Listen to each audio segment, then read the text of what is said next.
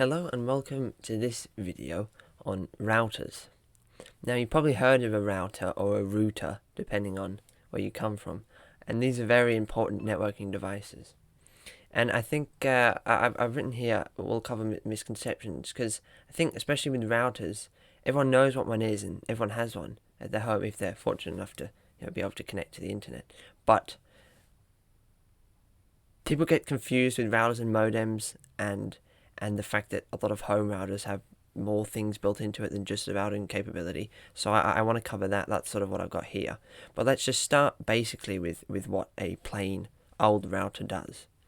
And first of all, the logo you'll see is this. It's 4 arrows, 2 pointing in and 2 pointing out. But that takes a while to draw, so often you'll just see it sort of drawn with an X. But, that's the logical representation. A real router would be some metal box or plastic with ports, and you'd connect cables into these, and one might come from some network and another network. But this is the diagram we use. And routers operate at layer 3. So what this means is that they route or they switch packets, and I don't want to confuse you here because it's not a switch, but they switch packets, right? They're switching them from one network to another based on destination IP addresses. So when a packet from some network comes into a router, it has a table like the switch, and I covered this in another video. The switch had a special table called a MAC address table, and that was looking at layer 2 addresses, MAC addresses.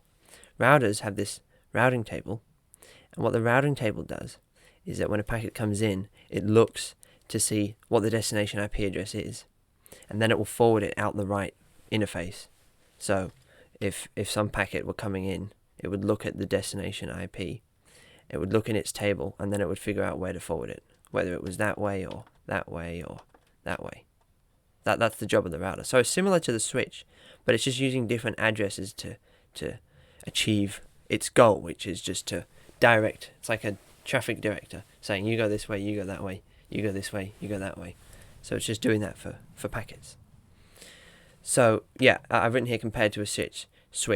It's sort of on a larger scale to a switch, right? The switch could connect off to other routers, but generally we use a switch in the LAN, right? In this section of a network, in the LAN, and then we use a router to actually connect networks together. So maybe our LAN to the ISP's network, or if we're in some sort of larger organization, we might use a router to connect separate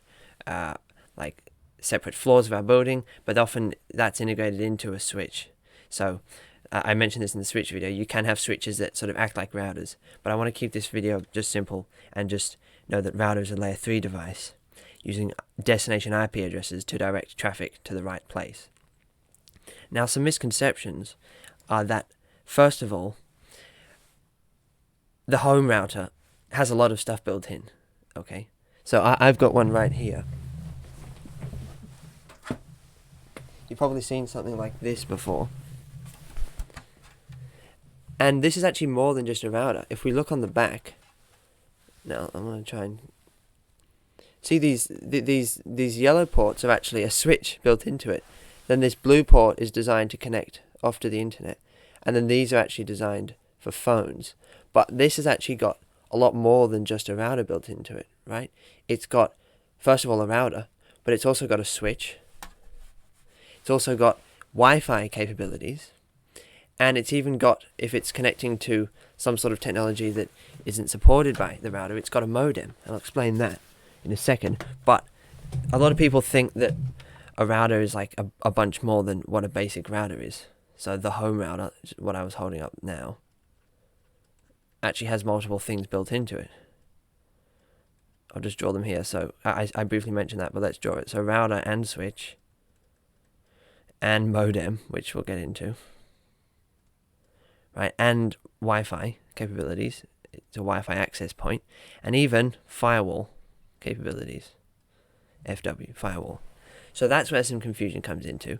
Yes, they call that a router, the people that sell it to you, but a router is just this section of it. It's just the section that looks at destination IP addresses and forwards the packets, but it's got a bunch more built into it, a home router. Now, what a modem is, I've got this drawn down here. A modem isn't always needed, and it depends on what technology you're using to connect to your internet service provider. Historically, because we had telephone infrastructure in place before the internet stuff came about, they just shoved internet capabilities on top of the telephone networks. But that meant that you had to do a digital to analog conversion. And that's what the modulator demodulator would do, or does. People still use modems. It depends on your internet service provider and what area of a country you live in, whether they provide you with more new technologies in cities or whether you're still on older technologies in rural areas. And I'm in a rural area, so some technologies provided here are like DSL and not cable but satellite, and those sort of technologies you often need a modem, right? But if the technology coming into the router was just Ethernet or some sort of digital technology that the router natively supported, you wouldn't need a modem. But a modem and a router aren't the same thing. A modem's more like a layer 1 device that just sort of does electrical functions, whereas the router, which we've talked about, is not doing that. We know now what a router does. So they're different things.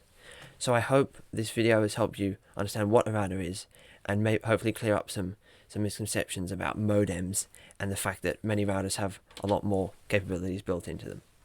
So I hope this video was useful to you, and thank you for watching.